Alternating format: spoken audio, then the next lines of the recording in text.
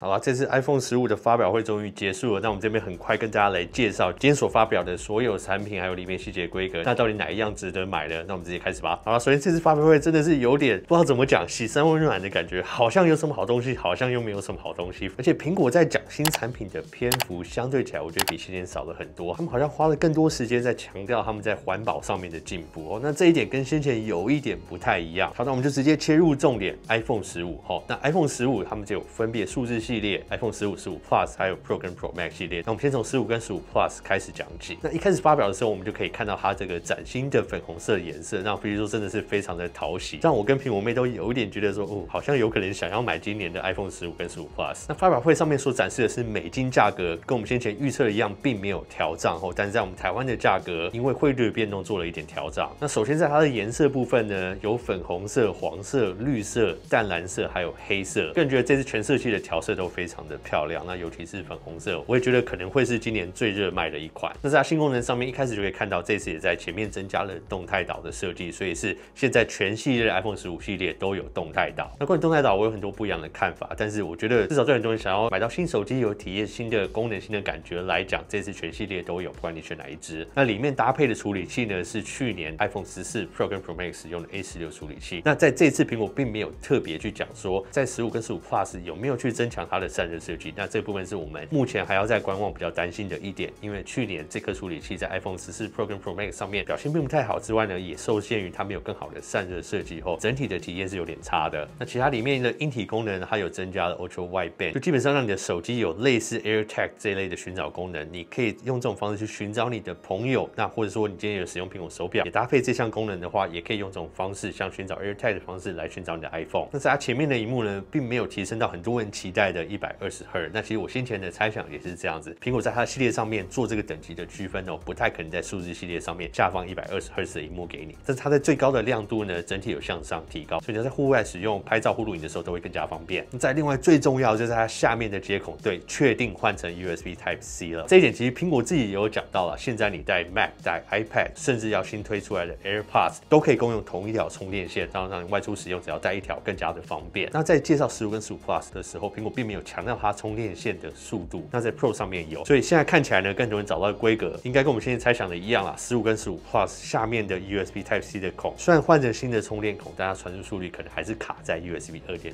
那我相信对很多这一类入门机型要买的人来讲，这一点或许不太重要，可能你也不记得上次用有线传输是什么时候。那在另外一个重点更新呢，就是在它的相机后，对，跟我们先前的爆料一样，主镜头呢升级到4800万画素，但是它的等级跟 Pro 系列有点不太一样，它的感光元件稍微小一点，可是也跟先前爆料的一样，它的光圈来到了 1.6， 所以这样一来一往啦，可能在实际拍照的表现上面也会非常的好。那同时呢，它也运用这个像素组合还有裁切的方式哦，那你平常在拍照的时候可以拍出一张2400万画素的照片，那这个对比先前上一代来讲，绝对会是一个蛮有感的提升。那另外呢，你也可以用多了这个2倍裁切的方式，用同一颗感光元件去取中间的1200万画素，达到数位的2倍变焦，而且是还原一张1200万画素的照片。所以这一点呢，我觉得对先前所有的数据系列来讲都没有变焦镜头的这个劣势。那现在做出这种裁切有点取代掉这个功能，那我觉得算是还不错的选择。而且对先前使用数字系列的人来讲，如果现在你在一些情况真的想要用2倍变焦，不管是拍照或录影的话，现在都更加的实用。那另外呢，在拍照的功能上面，我们现在不是都有提到电影级模式，可以在拍摄影片的时候切换焦点，那事后在剪辑这个影片的时候，也可以切换不一样的焦点，还有它的光圈，还有它虚化的程度。那我们都在想说，为什么影片做得到，照片做不到？那这项功能现在终于下放到照片上面，所以你现在在拍人像模式的时候，也可以在事后去调整你要对焦的焦点。那这个是期待很久的功能，那我们必须讲啦，其实先前在 Android 的机型上已经非常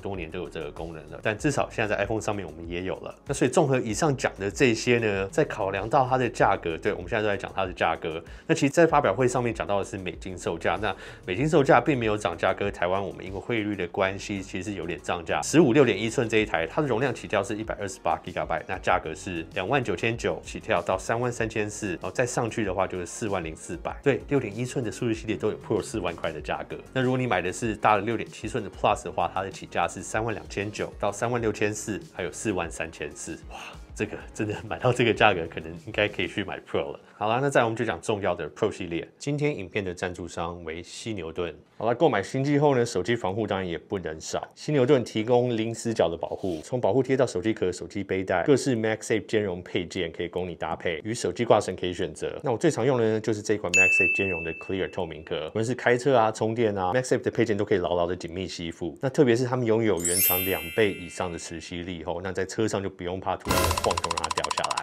使用各式配件时也不用担心它磁吸力不够。那我去年用到现在都非常的满意，它终结黄化的设计完全没有任何黄化的迹象，即使在按钮的地方也一样。那使用到目前，除了一些使用的痕迹之外，基本上都还是干净无瑕。那 MagSafe 兼容手机壳系列除了透明壳之外呢，如果你喜欢边框还有背盖可以自由更换的款式，那你可以选择这一款 Mod NX 边框背盖两用壳，它有高度变换性的模组化设计，让你在边框或者是背盖两种模式都可以自由选择。那他们 Solid Suit 的系列也推出全新的色系，像经典蓝啊、酒红、鹦鹉绿还有荧光橘。那手机壳的选择除了深色、浅色系，我也非常的推荐。你除了可以跟手机颜色互相搭配之外，那在穿搭搭配起来也比较跳色。那不论你选择是透明壳 Mod NX 或者 Solid Suit， 都可以自由搭配它的独家设计，那甚至它的联名款式，那或是搭配他们家的挂绳一起使用。那其他相关配件除了手机支架、固架之外呢，他们今年也推出了磁吸水壶，它的提把设计为可调式的手机支架，可以依照你使用的情境15到90度都可以调整。那当你吸上手机的时候，你也可以选择直立或是横摆。那还有2款材质可以选择，8小时保温的不锈钢款，还有轻量大容量的 Triton 款，皆通过食品级认证无毒。所以生活中不论你在运动、吃饭或是追剧的时候，甚至是直播都可以使用。那最后呢，犀牛盾的官方社群还有配件的竞标活动，你有机会以低价带回全系列的配件。有兴趣的朋友快点连接到犀牛盾的官网，留下你的电子信箱，可以收到更多的资讯还有优惠消息咯。那这次 Pro 系列呢，终于对，就像我们爆料讲的一样，全部换成钛合金的边框，而且我觉得它旁边刷丝的感觉，虽然跟先前所讲出来都差不多啊，可是实际看到他们发表出来的这个影片呢，还是觉得非常漂亮。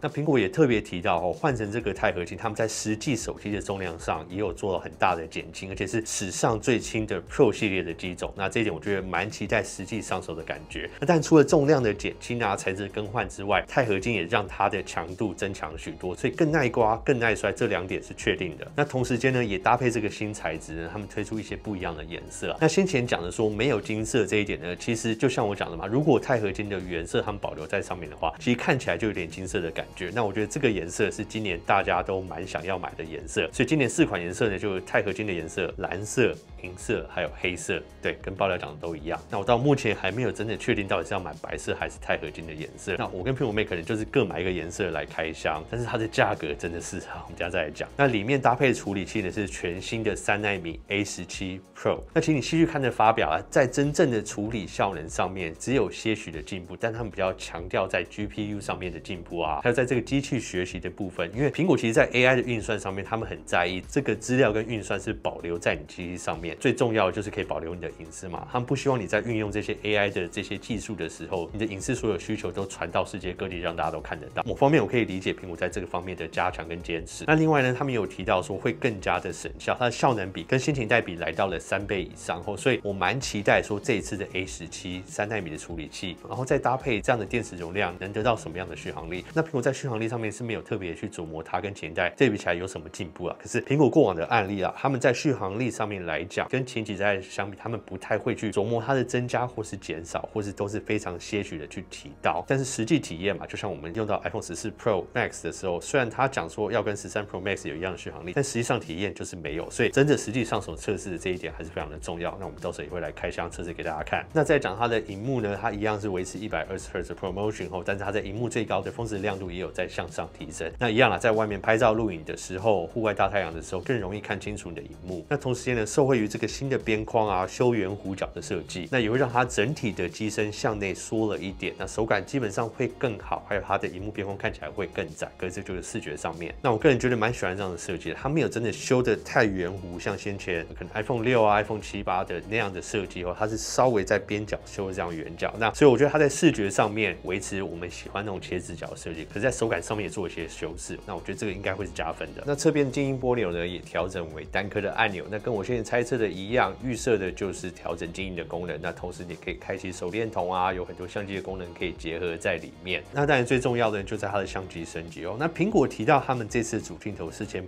万画素，我看账面上的规格仿佛跟上一代的14 Pro Max 比较起来没有什么太大的差距，但是是不是有新的感光元件啊，或是新的镜头模组，或是配上新的 A17 Pro 来讲，那我们知道处理器的进步会让它的影像处理进步，这一点是确定的。但是镜头本身硬体的功能，我们到时候还要再等价实际拆机来比较。那我个人觉得主镜头的硬体进步应该是不会太大，但最重要的可能还是会在它 Pro Max 那一支的长焦镜头。那这个部分呢，就是 Pro 跟 Pro Max 会有区分的地方。在6.1寸的 Pro 呢，它的长焦镜头还是维持3倍的长焦镜头，对，基本上跟上一代就是一样。那在超广角镜头呢，苹果也大致上只有讲到说，它在夜拍能力会更好啊，拍的照片出来成像会更好，也没有实际在讲说它的硬体进步到底是有多少。所以这2点我们就持比较保留的态度啊。那另外在主镜头我们刚没有提到的，就是说苹果这次在软体功能上面做了一些焦段的变换。那对我们一些可能喜欢玩相机的人，这次可以直接在1倍变焦的地方去按点选吼，那它可以从24的焦段变到28的焦段，变到35的焦段，那最后再跳到2倍变成48的焦段。所以这个就很像我们平常玩徕卡相机啦，我们以前用 Q3 一样，可以用这样焦段的切换。但是呢，他们主要的这个一般在拍照的时候，你用一般焦段，它是会保留一个2400万画素的照片给你。那这个相对上一代只跟1200万画素来讲，也是有提升。那你实际得到照片的解析度更好，你要在做裁切的时候也更加方便。那刚刚有提到嘛，6.1寸的 Pro 跟6.7寸的 Pro Max 最大的差距就在他们的长焦镜头。Pro Max 呢，他们这次首次搭配这个折叠式的长焦镜头，来到了5倍。那这个我们跟我们先前期待的可能6倍，其实我们也讲大概3到5倍或者5到6倍这样子啊。所以焦段来讲，大致上跟期待大同小异，差一点点，但是差了我们现在所期待的内变焦这个系统后，那这次很可惜没有看到。但是如果说你最长拉到5倍的话，那如果内变焦以现在市面上所可以达到的，也是大概3点多倍到5点多倍来讲，其实它最高可以达到的焦段是差不多的。反而我们比较要去期待说，苹果真的配上这个5倍镜头，到底它拍摄出来的成像会怎么样？那以他们现场发表会展示出来的照片，说真的我有点担心，看起来画质不算是太好。那这有可能是镜头模组的问题，感光元件的问题。但是我看起来还有另外一个问题，就是在这次全幕15的系列上面，他们展示出来的照片我都有看到，就是像先前14系列上面过度锐化的这一点。那这次看起来在15全系列上面很多照片都还是看到这一点，我比较不喜欢他们照片成像的方式。当然他们展示的照片是一回事，到时候我们也是要实际上手来看到它的到底成色啊，跟这个过度锐化的问题是不是还是延续下来。那如果是的话，我会觉得非常的可惜。那另外一个拍照上面的一个重点就是他们这个人像对焦可以事后再去调焦点，这个刚刚在15系列上面也有，那在 Pro 系列上面也全部都有支援这样的功能。那同时他们拍摄 4K ProRes 的规格提升到了 4K 60 frame， 那很可惜的影片部分没有看到 4K 120 frame 的这个支援。那这个是我现在最期待的功能，所以少了这个对我而言算少了非常多，可能比有内变焦的镜头还要重要。因为 4K 120 frame 现在 Sony 其实算中阶入门机型都可以有直接这样的录影功能，那为什么到现在 Pro 机型 Pro Max 机型一个价格那么贵，还没有办法支援 4K 120 frame， 有点说不太过去啦。那这个也是我是说真的还蛮失望的。那这些苹果感觉起来也用了很少的篇幅来介绍他们的相机跟拍照跟影片。那这个也有点有别以往啊，因为先前我们大家知道，他们讲到 Pro 系列的时候，尤其讲到镜头的时候，哇，会有拍电影啊，拍什么啊，什么请导演来用这个镜头来拍什么，这次都没有这些东西的展出，感觉不太一样，是不是要如挤牙膏还特别要去强调的话，反而会让大家反应更不好？我不太知道，或者说这一次其实想要推出的 Ultra 还赶不及推出。那其他另外的功能像是 Ultra Wideband 这个升级的就像我们刚才 iPhone 15讲到一样，它可以像 AirTag 的方式一样被定位，或者是用这种方式去定位别人。那如果你朋友也有一样的装置的话，你也可以用像找 AirTag 的方式来找你的朋友或找你其他的装置。OK， 那还有它下面的充电孔也换成 USB Type-C。那这次他们有特别强调，在 Pro 系列上面它的速率是 USB 3.0。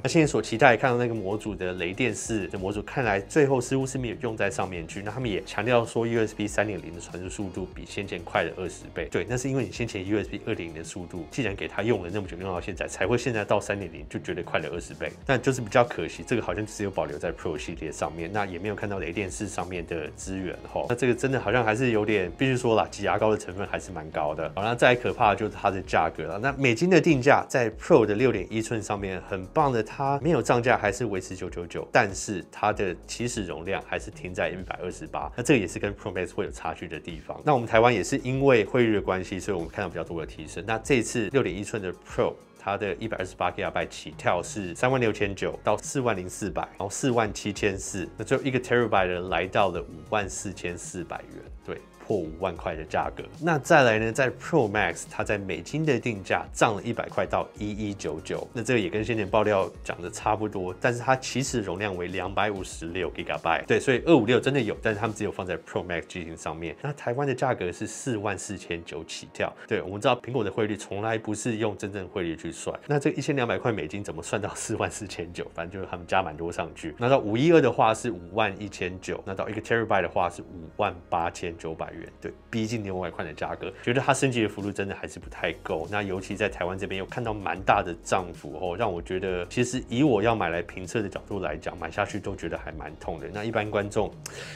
我觉得需不需要为了这样去做升级呢？我们到时候再来想。然后苹果很有趣的，在讲到 USB Type C 的这一点的时候，就突然讲说，我们也有支援 USB Type C 充电 AirPods Pro， 他们也没有特别去介绍它，所以这次就只是像我们今天讲的单纯的充电孔的升级吼。那目前也只有在 AirPods Pro 上面有提到这一点 ，AirPods 3上面还没有。那我觉得它就在等它库存销完了，然后再推出来。因为我们先前有看到2个型号嘛，所以我就是 AirPods 3换成 Type C， 还有 AirPods Pro 换成 Type C。那如果你要买的是 AirPods Pro 2的 USB Type C 的话，它的价格是7490元。好了，那再来我们就来讲苹果手表第9代。那这一次呢，也是跟爆料差不多，它的主要升级外观没有什么改变，那它处理器升级到了 S9。那苹果讲法就是它的动画上面更滑顺、更快速，还有支援一些特别的功能。但是这些支援的功能感觉起来不太需要用处理器的升级就做得到。那它的外观设计没有改变，它萤幕的亮度呢提高到最高的峰值亮度到了2000尼特哦。那这个就是在水显萤幕或平常在外面使用的时候更加的方便。那他们强调这个新的处理器的功能就是支援这个手势去操作。那他们特别强调是你可以用点2下的方式接电话，或是挂电话，或者是关闹钟啊，或者是拍照，或者在不同的 App， 它就有这种点2下的这种功能，就有点像他们的功能键，但是用这种手势操作的方式。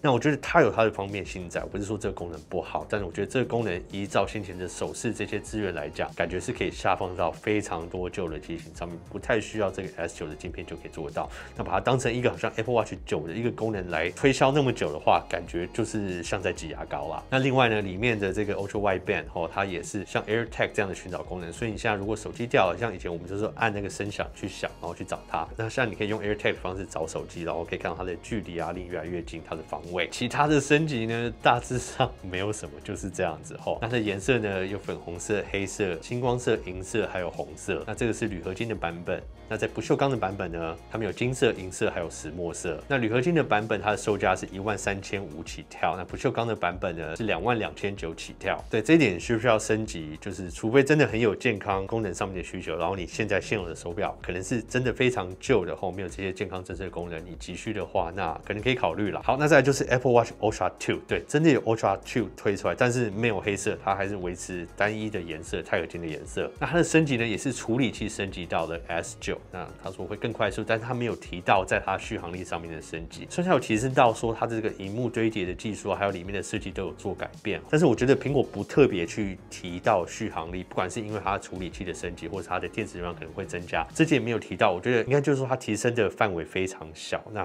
可能觉得没有必要特别去强调它，因为如果下一代它的续航力又退步的话怎么办？那特色功能啊，也是手势处理啊，可以这样手势点击啊，然后处理器更快啊，然后它的萤幕的亮度来到最高3000尼特，那他们说是苹果现在所有装置以来最高亮度的一台。Apple Watch Ultra 对，在户外使用一般都是在登山或什么，所以我能理解需要更亮的萤幕，应该是多少有点帮助。那另外他们有提到，因为这处理器在可能搭配一些其他运动的时候，它可以算得更加精准，比如说搭配脚踏车的时候可以连接蓝牙，可以算你的这个步距啊什么有的没的。但是我总觉得这些功能的提升都是完全用软体可以做得到，同样的功能也可以下放到旧的版本，那把它当成一个新功能来宣传，